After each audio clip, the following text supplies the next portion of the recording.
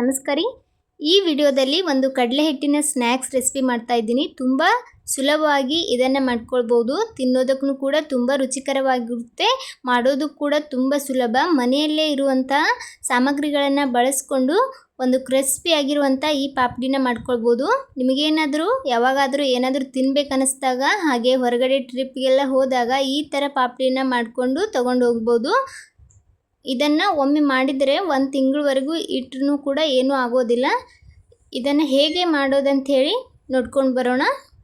ಅದಕ್ಕಿಂತ ಮೊದಲು ಯಾರೆಲ್ಲ ಚಾನಲ್ಗೆ ಸಬ್ಸ್ಕ್ರೈಬ್ ಆಗದೆ ವಿಡಿಯೋ ನೋಡ್ತಾ ಇದ್ದೀರಾ, ಚಾನಲ್ಗೆ ಸಬ್ಸ್ಕ್ರೈಬ್ ಆಗಿ ವಿಡಿಯೋನ ನೋಡಿ. ಇವಾಗ ಹೇಗೆ ಮಾಡೋದಂತ ಹೇಳಿ ನೋಡೋಣ. ನಾನಿಲ್ಲಿ ಒಂದು ಪಾತ್ರೆಗೆ 1 ಕಪ್ನಷ್ಟು ಕಡಲೆ ಹಿಟ್ಟನ್ನು ತಗೊಂಡಿದ್ದೀನಿ.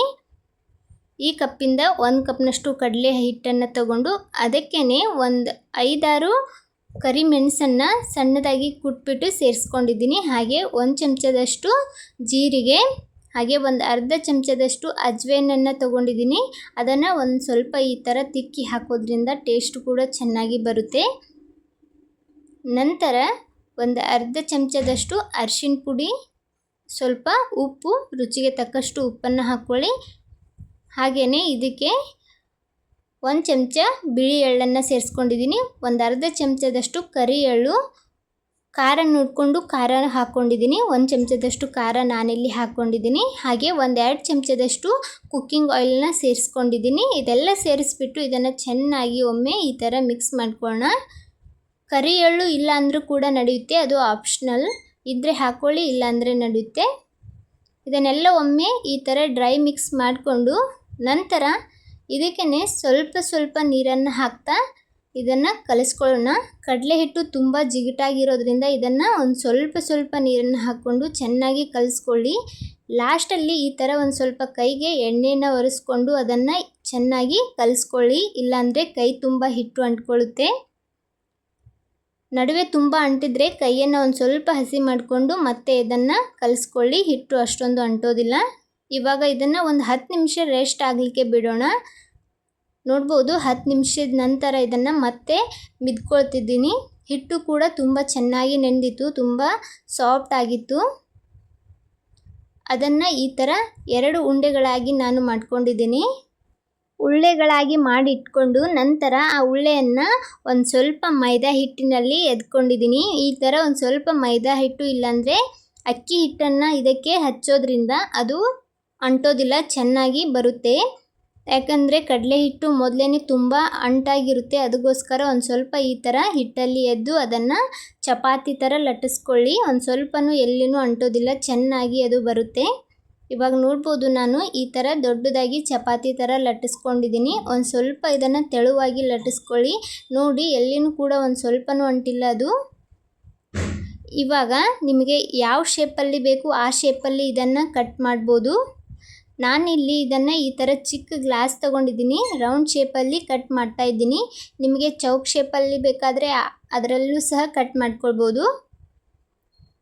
ಎಲ್ಲನೂ ಈ ಥರ ನಾನು ರೌಂಡ್ ಶೇಪಲ್ಲಿ ಕಟ್ ಮಾಡ್ಕೊಂಡಿದ್ದೀನಿ.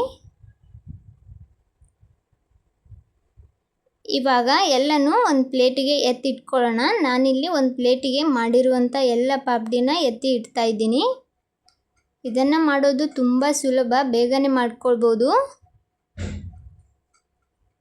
ಎಲ್ಲನೂ ಅದೇ ಥರ ಮಾಡಿಟ್ಕೊಳ್ಳೋಣ. ಇನ್ನೊಂದು ಉಳ್ಳೆ ಇತ್ತು, ಅದನ್ನು ಸಹ ಈ ಥರ ಚಪಾತಿ ಥರ ತೀಡ್ಕೊಂಡು ಅದನ್ನು ಈ ಥರ ರೌಂಡ್ ಶೇಪಲ್ಲಿ ಕಟ್ ಮಾಡ್ಕೊಂಡಿದ್ದೀನಿ. ನಿಮಗೇನಾದರೂ ಅದು ಒಂದು ಸ್ವಲ್ಪ ದಪ್ಪ ಅನಿಸಿದ್ರೆ ಈ ಥರ ಚಮಚದಿಂದ ಅದಕ್ಕೆ ಡಾಟ್ ಚುಚ್ಚೋದ್ರಿಂದ ಅದು ಉಬ್ಬೋದಿಲ್ಲ. ಎಣ್ಣೆ ಒಳಗೆ ಹಾಕಿದ್ರೆ ಕ್ರಿಸ್ಪಿಯಾಗಿ ಬರುತ್ತೆ. ಈ ಕಡೆ ಎಣ್ಣೆ ಕಾಯ್ಲಕ್ಕೂ ಇಟ್ಟಿದ್ದೆ, ಎಣ್ಣೆನೂ ಸಹ ಚೆನ್ನಾಗಿ ಕಾಯ್ದಿತ್ತು. ಚೆನ್ನಾಗಿ ಕಾಯ್ದಿರೋ ಎಣ್ಣೆಗೆ ನಾವು ಮಾಡಿಟ್ಟಿರುವಂಥ ಪಾಪಡಿನ ಸೇರಿಸ್ಕೊಳ್ಳೋಣ. ಪಾಪಡಿಯನ್ನು ಹಾಕುವಾಗ ಸ್ವಲ್ಪ ಎಣ್ಣೆನ ಚೆನ್ನಾಗಿ ಕಾಯಿಸ್ಕೊಳ್ಳಿ. ಪೂರ್ತಿ ಹೊಗೆ ಬರುವ ಹಾಗೆ ಎಲ್ಲ ಕಾಯ್ಸಕ್ಕೆ ಹೋಗಬೇಡಿ, ಒಂದು ಸ್ವಲ್ಪ ಅದನ್ನು ಕಾಯಿಸ್ಕೋಬೇಕಾಗ್ತದೆ. ನೋಡ್ಬೋದು ಹಾಕಿದ ತಕ್ಷಣ ಮೇಲ್ಗಡೆ ಬರ್ತಿದೆ ಅವು. ಅದನ್ನು ಈ ಥರ ಚೆನ್ನಾಗಿ ಹಿಂದೆ ಮುಂದೆ 2 ಸೈಡು ಫ್ರೈ ಮಾಡ್ಕೊಳ್ಳೋಣ. ಒಂದು ಸ್ವಲ್ಪ ಕಲರ್ ಚೇಂಜ್ ಆಗಬೇಕು, ಅಲ್ಲಿಯವರೆಗೂ ಇದನ್ನು ಫ್ರೈ ಮಾಡ್ಕೋಬೇಕಾಗ್ತದೆ. ಗ್ಯಾಸನ್ನು ಮಾತ್ರ ಮೀಡಿಯಮ್ ಫ್ಲೇಮಲ್ಲೇ ಇಟ್ಕೊಳ್ಳಿ, ಹೈ ಫ್ಲೇಮಲ್ಲೆಲ್ಲ ಇಡಕ್ಕೆ ಹೋಗಬೇಡಿ, ಇಲ್ಲಾಂದರೆ ಅದು ಪೂರ್ತಿ ಹೊತ್ಬಿಡುತ್ತೆ. ನೋಡ್ಬೋದು ಇವಾಗ ಕಲರ್ ಕೂಡ ಚೇಂಜ್ ಆಗಿದೆ. ಈ ಥರ ಅದನ್ನು ಎರಡು ಸೈಡಲ್ಲಿ ಕಲರ್ ಬರೋ ಹಾಗೆ ಫ್ರೈ ಮಾಡ್ಕೋಬೇಕಾಗ್ತದ. ಇವಾಗ ಈ ಪಾಪಡಿ ರೆಡಿಯಾಗಿವೆ. ಇದನ್ನು ಎಣ್ಣೆಯಿಂದ ಎಲ್ಲನೂ ತೆಕ್ಕೊಳ್ಳೋಣ. ನೋಡ್ಬೋದು ಕಲರ್ ಕೂಡ ಎಷ್ಟು ಚೆನ್ನಾಗಿ ಬಂದದಂತ ಹೇಳಿ. ಈ ಥರ ಕಲರ್ ಬರಬೇಕು, ಅಲ್ಲಿವರೆಗೂ ಇದನ್ನು ಫ್ರೈ ಮಾಡ್ಕೋಬೇಕಾಗ್ತದ. ಎಲ್ಲ ಎಣ್ಣೆಯನ್ನು ಜಾನಿಸ್ಬಿಟ್ಟು ಇದನ್ನು ಒಂದು ಪ್ಲೇಟ್ಗೆ ಹಾಕ್ಕೊಳ್ಳೋಣ. ಮತ್ತು ಉಳಿದಿರೋ ಪಾಪಡಿನೂ ಅದೇ ಥರ ಕರ್ಕೊಳ್ಳೋಣ. ಸೆಕೆಂಡ್ ಬ್ಯಾಚ್ ಕೂಡ ಹಾಕ್ತಾ ಇದ್ದೀನಿ. ಎಣ್ಣೆ ಸ್ವಲ್ಪ ಚೆನ್ನಾಗಿ ಕೈದ ನಂತರನೇ ಈ ಪಾಪಡಿನ ಕರ್ಕೊಳ್ಳಿ. ಇದನ್ನು ಸಹ ಸ್ವಲ್ಪ ಕಲರ್ ಚೇಂಜ್ ಆಗೋವರೆಗೂ ಕರೆದ್ಬಿಟ್ಟು ತೆಗೆದುಕೊಳ್ಳೋಣ. ನೋಡ್ಬೋದು ನಾನಿಲ್ಲಿ ಒಂದು ಪ್ಲೇಟ್ಗೆ ಎಲ್ಲನೂ ಹಾಕ್ಕೊಂಡಿದ್ದೀನಿ.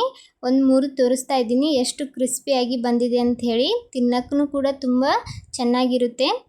ಹೊರಗಡೆ ಎಲ್ಲ ಸೇವೆಲ್ಲ ಸಿಗ್ತದಲ್ಲ ಕಡಲೆ ಹಿಟ್ಟಿಂದು, ಅದೇ ಥರ ಟೇಸ್ಟ್ ಇರುತ್ತೆ.